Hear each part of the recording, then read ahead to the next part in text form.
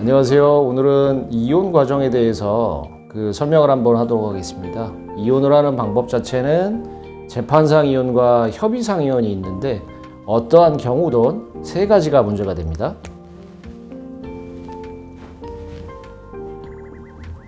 첫 번째로는 이혼을 할지 안 할지 이혼 여부가 문제가 되고요. 두 번째로는 재산 분할이나 위자료와 같은 금전적인 문제가 고려가 돼야 됩니다.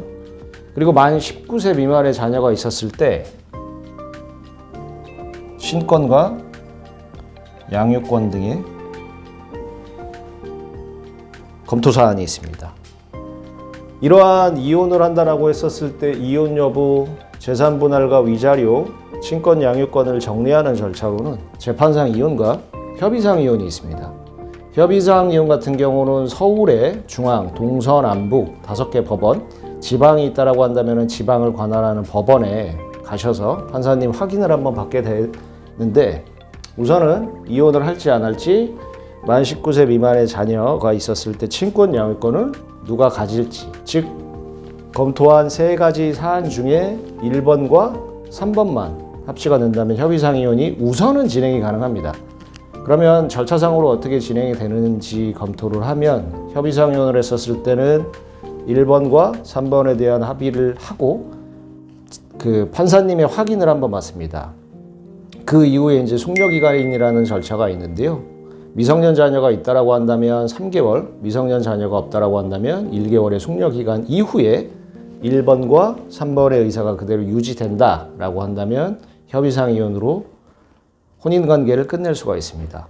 그렇다라고 한다면 협의상 이혼을 했었을 때 재산 분할과 위자료 부분을 어떻게 정리를 하느냐. 일반적인 사안에서는 협의상 이혼을 했었을 때 재산 분할과 위자료에 대한 별도의 약정을 해둡니다.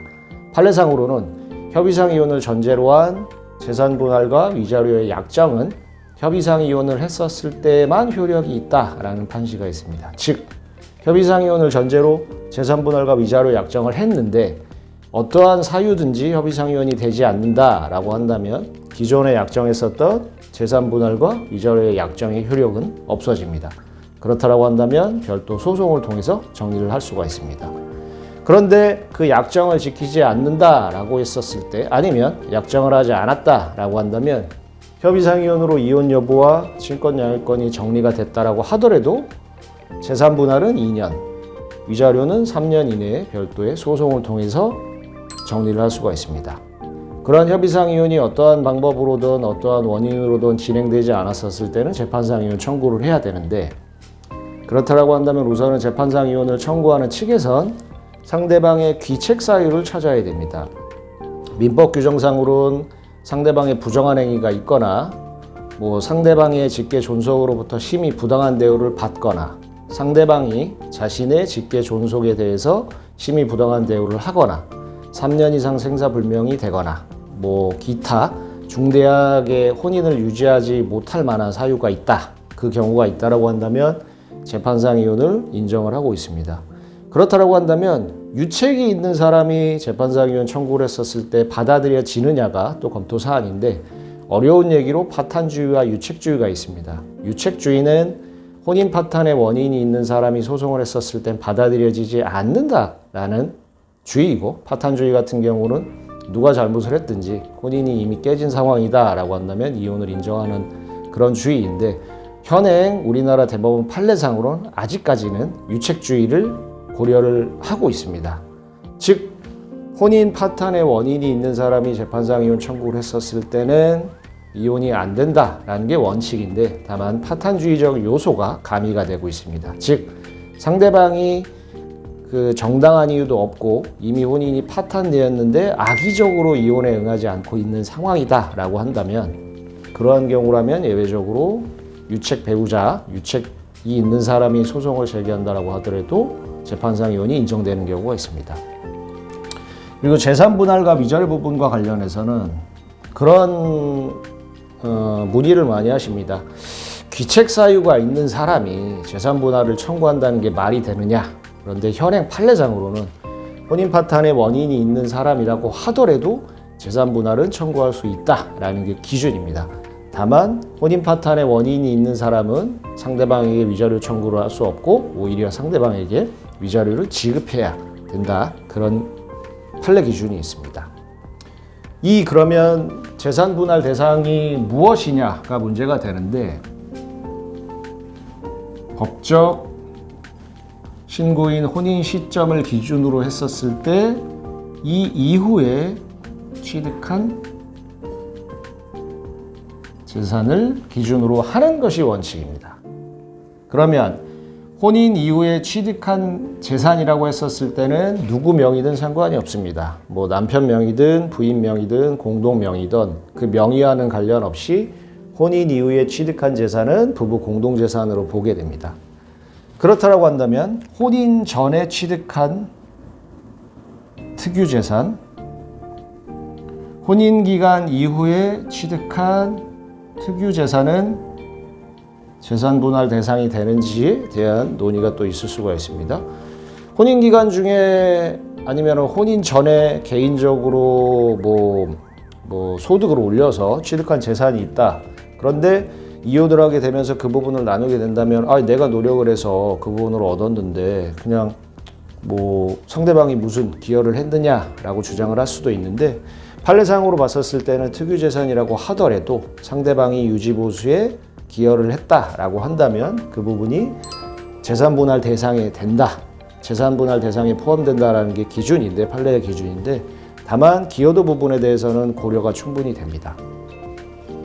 위자료 같은 경우는 가장 문제가 되는 게 금액입니다. 실무상 사망 사건이 일어났다라고 하더라도 위자료 금액이 지금 한 1억 원 정도 그 상향으로 지금은 됐는데, 그렇게 금액 자체가 올라간 것도 몇 년 되지가 않았는데요. 재판상 이혼 당시 위자료 부분으로 어느 정도가 인정되는지는 케이스마다 다르기는 한데 실질적으로 많은 금액이 인정되지는 않습니다.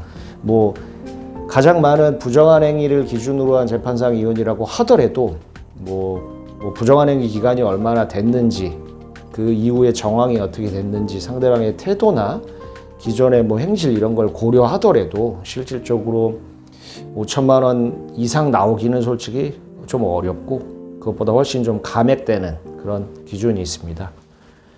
그리고 세 번째로 친권 양육권과 관련해서 아이를 누가 키우라는 이혼을 하는 당사자 사이에서는 중요한 부분이기는 한데, 실질적으로는 여러 기준이 있습니다. 근데 저희가 말씀드릴 때는 아이의 의사와 경제적인 능력이 가장 중요하다, 이렇게 말씀을 드립니다. 서로 만약에 아이를 키우겠다라고 한다면 아까 말씀드린 아이의 의사와 경제적인 능력을 기준으로 판단을 하는데, 그에 앞서는 것은 양 당사자 사이에서의 합의입니다. 아빠가 키우겠다, 엄마가 키우겠다가 양 당사자 사이에서 합의가 된다면 법원에서는 특별한 사유가 없는 한 그 의사에 따라서 아이의 친권자와 양육권자를 결정하는 것이 일반적입니다.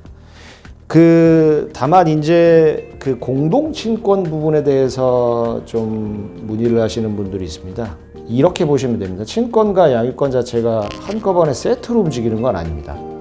양육권은 실제로 아이를 키우고 있는 사람이 갖고 있는 권리라고 보시면 되고요. 친권 같은 경우는 법정 대리인으로서 친권자가 대신하여 미성년자를 대신하여 행위를 할 수 있는지에 대한 논의인데, 공동친권으로 두고자 하는 비양육자의 의사도 많은 것이 현실입니다.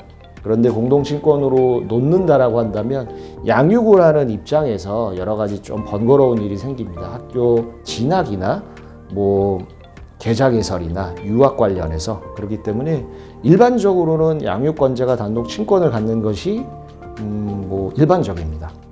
다만 친권을 상대방한테 준다라고 해서 혈연관계가 끊어지거나 아이와의 부자관계, 모자관계가 끊어지는 것도 아니고 상속과 관련해서도 전혀 관련이 없습니다. 그래서 이 부분은 크게 고려하지 않으셔도 됩니다. 이렇게 전체적으로 재판상 이혼, 협의상 이혼에 대해서 살펴봤고, 다음 시간에는 다른 주제를 가지고 조금 더 살펴보도록 하겠습니다.